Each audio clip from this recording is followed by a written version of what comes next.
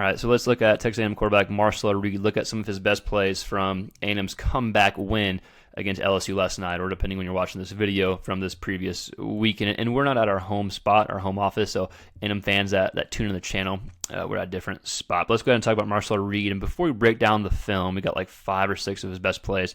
Let's talk about his performance. I'll let the video kind of run, and then we'll come back and break it down. But the one theme that stands out to me against Marcel Reed, and there were several, but he took advantage of the opportunities that you need to take advantage of to win the game. LSU had several bad turnovers. They gave A&M the ball in good field position. They had that blunder on special teams, and the Aggies were able to capitalize largely because of Marcel Reed and Marcel Reed's ability to come into the game and literally just change the game. You're down by 10. You haven't played all game. And listen, Marcel Reed's a good athletic quarterback. He's fast, he runs, but he hasn't been like running all game. So it's one thing to come in and run fast and do well when you're warm. It's another thing to come in and have to like warm up. This is your warm-up play essentially, and he's able to go in for touchdowns, right? So you're down by 10 in the second half. You got short field. You took advantage of it. He had that beautiful deep ball that we're going to break down here in a second. And a lot of exciting things if you're an A&M fan. But yeah, Marcel Reed took the game by his legs. Let's go ahead and break this down. So here's a little like we talked about, the Herbstreit was talking about the RPOs, the play actions, and just the zone reads that Reed was having. So we're going to see Reed put the defense in a bad position. Watching. It's 2v2 out here. You got 2 blockers. This guy is watching Reed. He's already behind the 8 ball from the beginning, right? Reed speed's able to beat him there, and then he's able to cut up field. Boop. Cuts up field there. Great job blocking. And then you see the speed. Doesn't have speed to catch to Marcel Reed. Ends up being a big touchdown for the Aggies. All right, next clip we're going to watch, my favorite play, because, we typically break down the throws, and this was, I think Marcel Reed was 2 of 2 yesterday. I think Reed had more passing yards on 2 completions than Wigman did the entire game. He was like 6 of 18 maybe. All right, so this was, 28-23. Something else that stood out watching Marcel Reed is situational football. Like, this was a big time in the game. LSU just scored. They're getting a little momentum back. If you go 3 and out or don't score here, maybe LSU gets the ball back and takes the lead. So this was a huge shot here.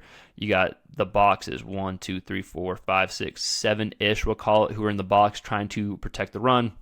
So you got 4 DBs, 1 up top safety, and he has to stay here. He's kind of flat-footed. This is who Reed's reading. He's kind of gets flat-footed for a second, right? Stops right there. Boom. He takes that one kind of jab forward. That's enough for the receiver to get behind and for Reed to throw a great throw. Again, LSU dropping 8, only bringing 3. Best throw maybe of the game. Nuss had some hella good throws in this first half.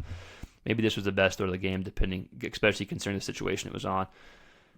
Hits. Is this Thomas? Who is this? A&M fans, y'all let me know in the comments below who the receiver is. Again, we do so much SEC quarterback content that we have all the quarterbacks' names, but we tend to forget and miss out on receivers and running backs. But best throw by far for Reed, obviously. He just had 2 completions.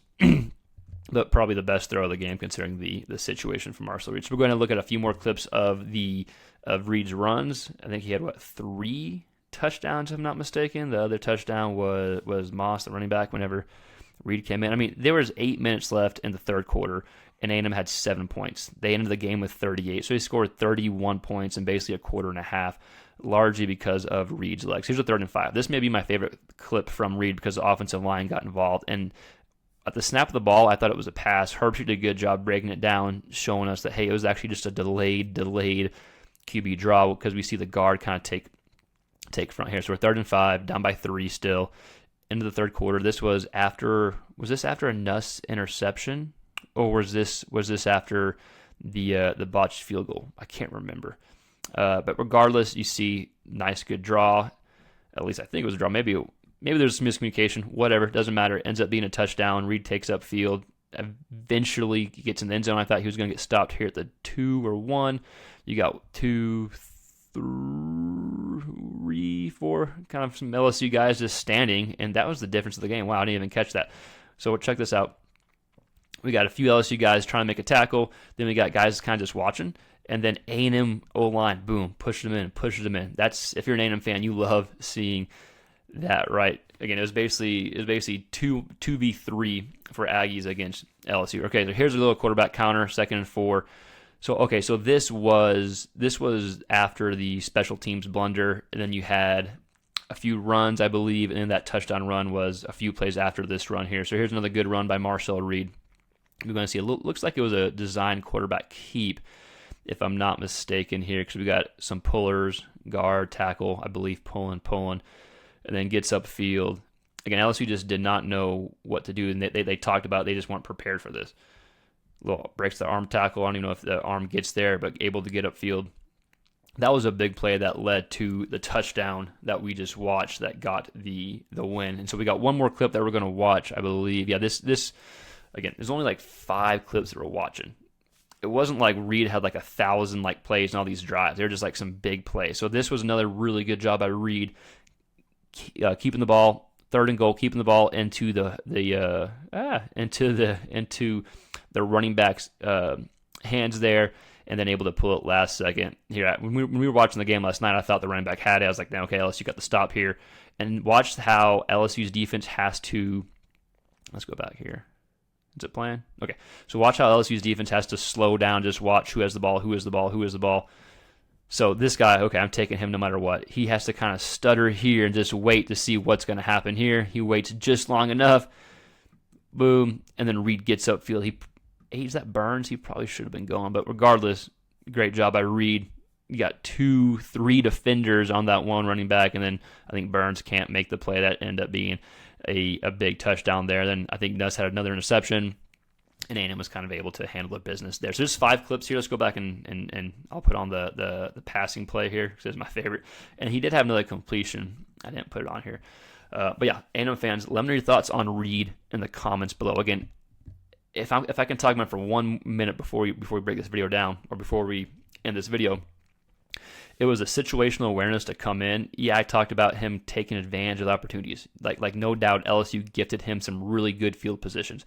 They gifted him those 3 interceptions, the special teams blunder, like no doubt. But he still had to come in and take advantage. And this drive, LSU didn't gift him anything, and he had a great ball downfield. So I think if I'm an Aggie fan, and again, we've done a lot of Marcel Reed and Wigman breakdowns, my biggest takeaway is the situational awareness and his ability to come in and kind of just not have the stage too big for him. But I love seeing this vertical throw, because if you've watched our stuff before, or you've watched these A&M games before, Marcel Reed's biggest question mark was the vertical passing, the vertical threat. So you have to be encouraged by that throw because the potential is there. But now if you're an A&M fan, you want to see that ability on display consistently moving forward. So you got South Carolina coming up. I think you're South Carolina, if I'm not mistaken. Correct me if I'm wrong. So going to be a big game. South Carolina has a whole week to prepare for Marcel Reed, who I'm assuming is starting moving forward. I haven't seen anything. We're kind of reacting to the game. So if I'm wrong, let me know. But A&M fans, what do you think, one, of Reed's performance? Let's go ahead and get all that out of the way, like how great it was. Let me know your thoughts in the comments below. Then 2, what do you want to see from Reed moving forward? He's got South Carolina up. What do you want to see improvements? If you go back, this is an exciting game, but go back and take in, Florida was a good game, then Arkansas kind of up and down, Bowling Green. So go ahead and let me know what you want to see from Reed moving forward. And as always, we're just a big SEC quarterback hub. We talk all things SEC quarterback. So if you like that type of content, please consider subscribing to the channel, like the video, share. It helps us grow. Again, it's broadcast footage. We've got to slow it down. We're not in our normal office, so I apologize for the settings not perfect. But hopefully we were still able to present what Reed did well yesterday. So thanks for following. We'll see you next time. Peace.